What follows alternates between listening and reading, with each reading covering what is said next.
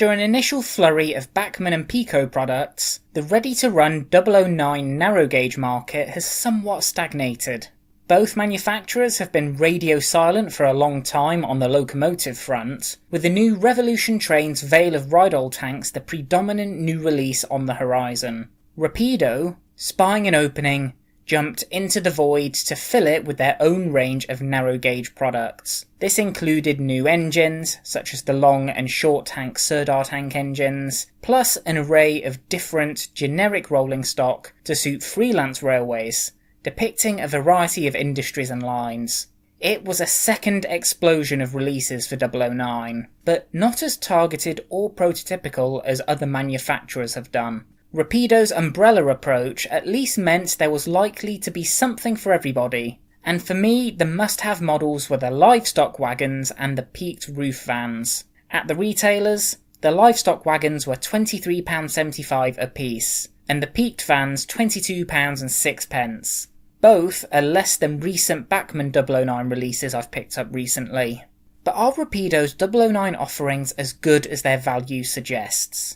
My trio of wagons arrived in boxes that seem to have taken a leaf out of a Curascales book. The boxes are the same size as those Rapido use for standard gauge plank wagons, and the boxes look huge with the tiny 009 wagons inside. Surely making a smaller standard box for 009 products would have allowed for some saving of materials, but I guess not.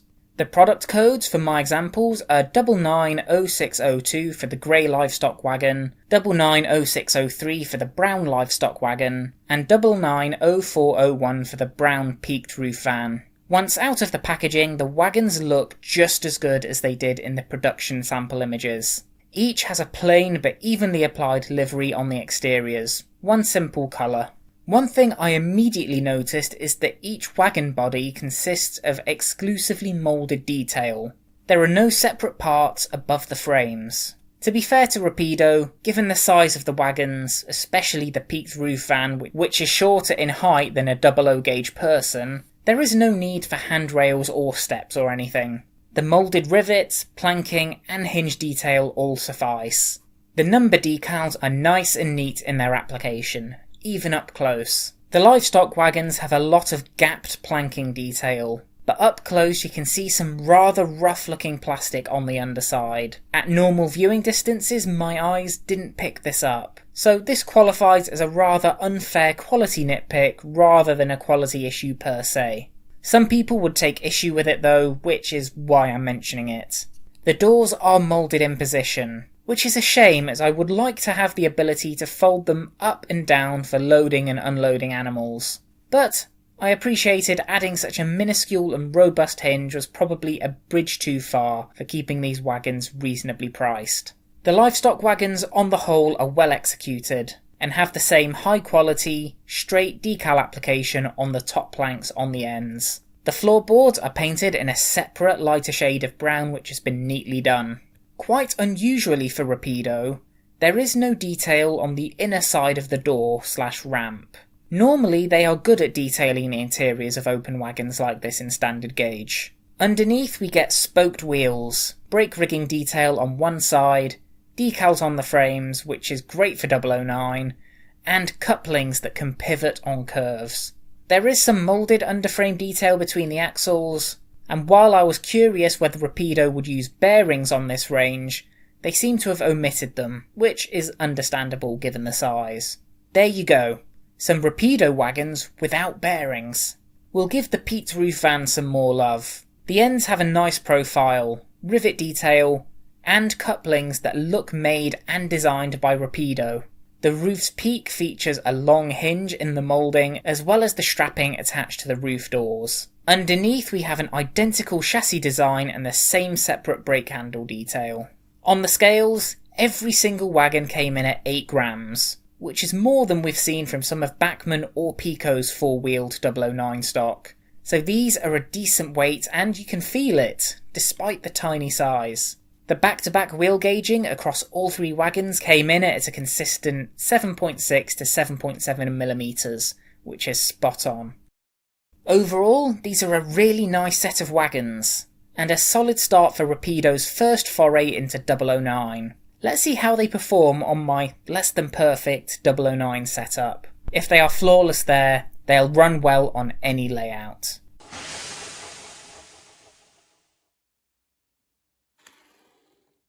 The grey Livestock wagon proved suitably free-rolling given its lightweight.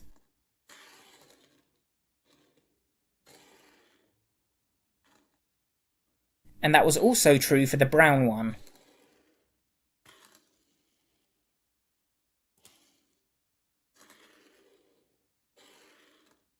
The peaked roof van with its lower centre of gravity was the most free-rolling of the lot. All round they were good rollers. Time to test the couplings. So I've added some livestock to the train. Camels, because why not? Let's hope things go better than the last time I tested a train with camels in it.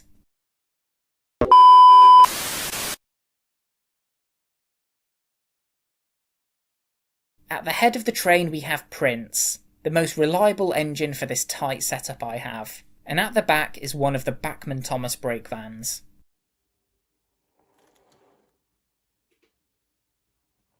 Prince and all the Rapido wagons have coupled up perfectly, but the brake van doesn't want to join them.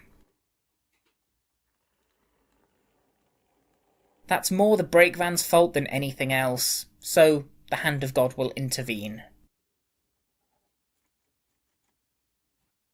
Time for the points test.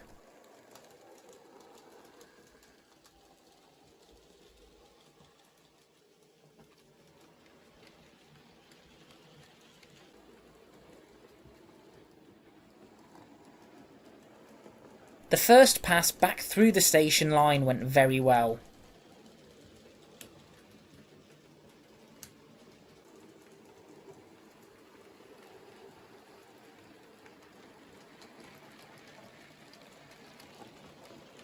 So did clearing the middle siding points too. The Rapido wagons had no problems traversing the raised crossing or the baseboard joins, making for a clear performance.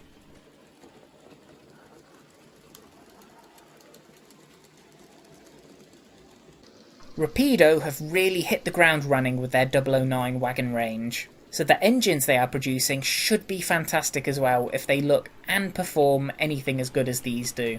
Hopefully this new competition in OO9 helps reinvigorate other manufacturers to support and expand the realm of narrow gauge model railways in ready-to-run form.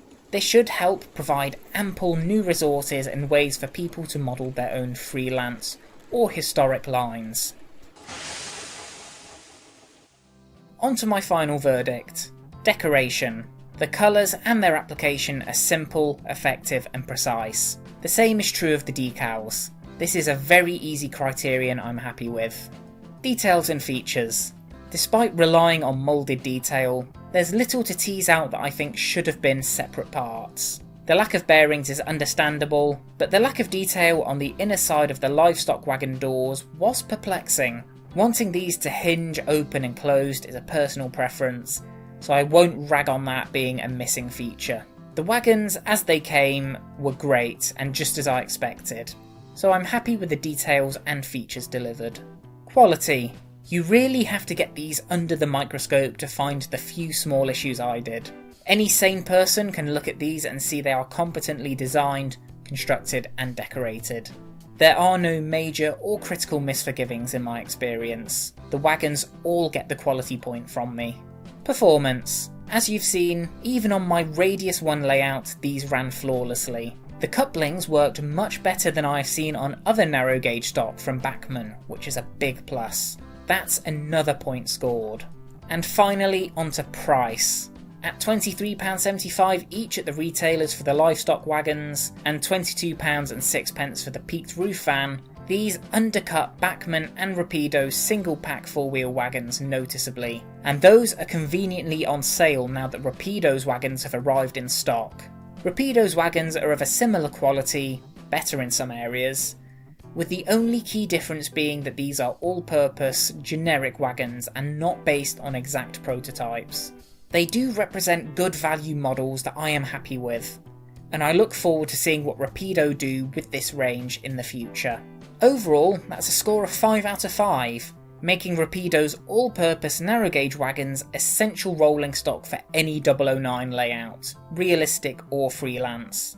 Rapido has put wind back in the 009 market's sails, and I can't wait to see where that takes the hobby.